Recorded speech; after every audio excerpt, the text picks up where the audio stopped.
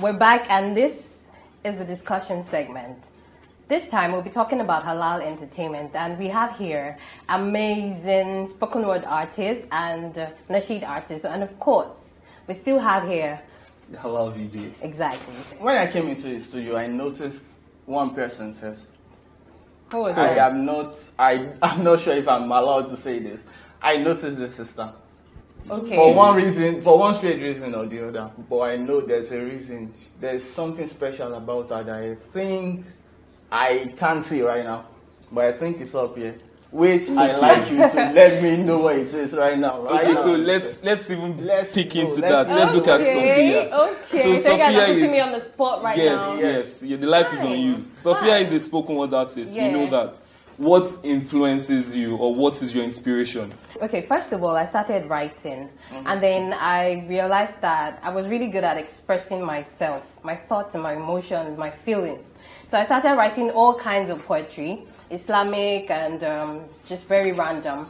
And then I realized, you know what? Then I had this mentality that people didn't really like to read. Yeah, People you put a still very don't like to read. exactly. So you put a very long poem, and then people were like, they read it from the beginning and then to the end. Then I realized, you know what, Safi, you have the voice. People listen to you when you talk. So why don't you convert your message into spoken words, and then you can impute your emotions and everything that you are feeling while you felt while you were writing that piece, and that was the beginning of my spoken words journey. Mashallah, Exactly. mashallah. So, Yusuf, do you want to tell us how it all started? So something happened then. That was 2013. There was this 6-month ASU strike. So I came home then, July 1st, 2013. Oh, well, you I can was never forget that. 200 level then. So I came home. So I met a friend, a guy. He's an Igbo guy. So he's a Christian that converted to Islam. So he took me to one of his friends around. So the man is a lecturer in Benedict University. So we were talking, and everything was going fine. So he showed us one thing on his phone. That was spoken word. That was the first time I would hear about spoken word. I never, Kamal Saleh, the Australian guy. No. Yeah. Oh, Who does you it? just had to make him up. The meaning of life. That's the first video I also saw myself. I've never heard anything of such in my life before. So when I listened to it, I felt, wow, this is like, this guy is out of this planet. Like. Kamal is. So while reminiscing when going home, I felt, Yusuf, you can do something like this. Nigerian Kamal. So we can say that Kamal Saleh was your inspiration. Yeah, definitely. So what I did then was I went through his YouTube channel and I memorized most of it. Wow. Okay. So during our jihad week in school, so I came forth and I did one of his pieces, the New Year's resolution. So subsequently, I started writing my 2015. I wrote my first spoken word, Muslim spoken word. Okay. And that was the purpose of life. So it was like the meaning of life for Kamal, for the purpose of life for me. So I started listening to Buna Muhammad and the likes. So, and alhamdulillah, today it's like you're reading my mind. I have five. Should I say? Pieces? Yeah. Okay. So very big ones, and I have one on YouTube. The one I shot this year, March. Okay. March this year, March 1st. So it's on YouTube. The purpose of life. So subsequently, the rest will come, inshallah. Inshallah. Okay, my own talent actually is to find other people's talents. So for instance, I noticed most people don't know that the person sitting here, Ramzan, is the one who made the intro or the soundtrack for the HalTV, Habibi Ramadan season 4. Wow. So this is my talent too. How did you discover talent? Yes. How was your thought process? How did you come about that? Was it easy? There's nothing easy in this life. There's nothing. That's why this one thing I really like to do, like very, very much, which is eating. You can never see me eating without having a very deep bowl of water, because if anything goes wrong, you know what to do. No. So when it comes to making Habibi Ramadan soundtrack, I was so excited. I think that was the number one thing that kept me going. Like, okay, this has been my dream. Like, ever since I started anything entertainment, I like TV. I just like what TV is about. Mashallah. I like being on camera, but I like the process of being at the back. Yeah, you understand how the things work. So some days right? I didn't do anything pertaining to Arabic Ramadan at all. I just had to make myself like centralize myself, like my mind, like okay, how am I going to do? So I started recording. I didn't go into the studio. I started recording whatever comes into my mind to my phone.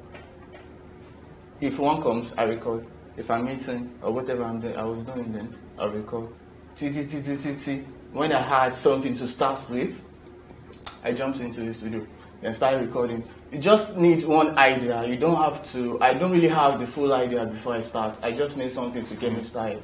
So when I had these ideas for each, not all at first, maybe like 3, and I had this idea, so I went into the studio and I started making this stuff. So the more I start, if I do a vocal lay, then the next one comes. Like, what back up are you going to you follow up. When that is done, wire it. So that was how the process was. I didn't wait to finish all the batches. After finishing 1, 2, 3, 4, I send them. You understand, like that. So you just went on and on. Okay, that's great. Okay. So I just want to ask, just a quick one. What is your take on halal entertainment so far in this part of the world?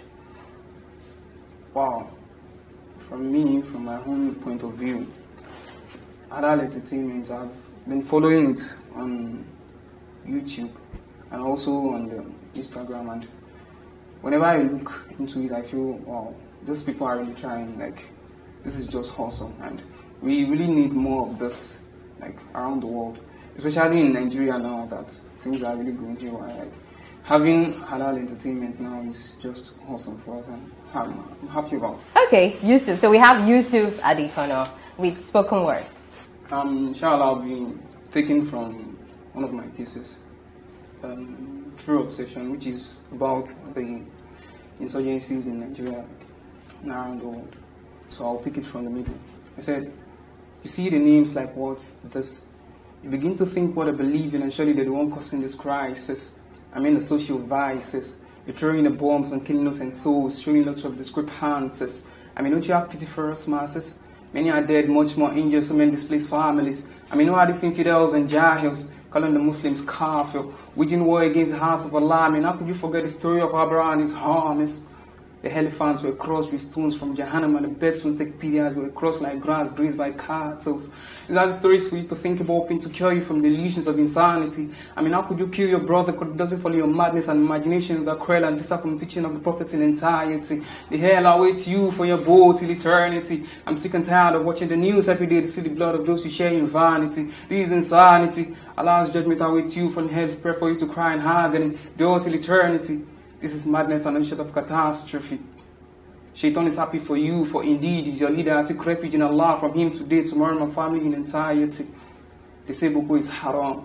The level of technology today has been influenced by Helen Muslims that came around. Don't say you're not informed about Al-Razi, Al-Khawarizmi, Al-Kindi, Avicenna, Abu Rayhan al-Biruni, Jabir ibn al-Hayyan, ibn al-Haytham, Salahuddin al-Ayyubi. These are the heli scientists, so how come you don't get an ad? The Quran says read. In the name of your Lord, and everything begin to come at ease. The Prophet says seek knowledge, even if you have to go to sin. But instead you dwell in the forest of ignorance, causing tyranny and deceit. I mean, don't you fear the God of Musa? Soon the Israelis saw their doom and defeat. MashaAllah. MashaAllah. Beautiful. MashaAllah. All right, so just before we wrap up, I'll just do my piece. My pieces, most of my pieces are reflective pieces, yeah, so I'm just going to get right to it. Sometimes it overcomes you, that feeling. You want more, you just want more. More of that power, more of that money, more of that beauty. The type that makes them pause and want to start a fuss. The type that makes them want to take the 100th look. You wake up every morning and you set out for it. It's a funny world, isn't it? I mean, you think you have it all bad, but there's someone sitting right next to you who has it way worse. You think you have it all good, but there's someone by the corner who has it even better. We keep wanting, chasing, expecting, forgetting to live. We forget to give. We forget to be thankful, dutiful. We forget that life is only for a short while. I'd say this in my dialect. Kill and lay gone. What exactly are we after? What are you after? While we live, let us not forget. Let us not forget the things that truly matter. Let us not forget. Zakumwa Karen.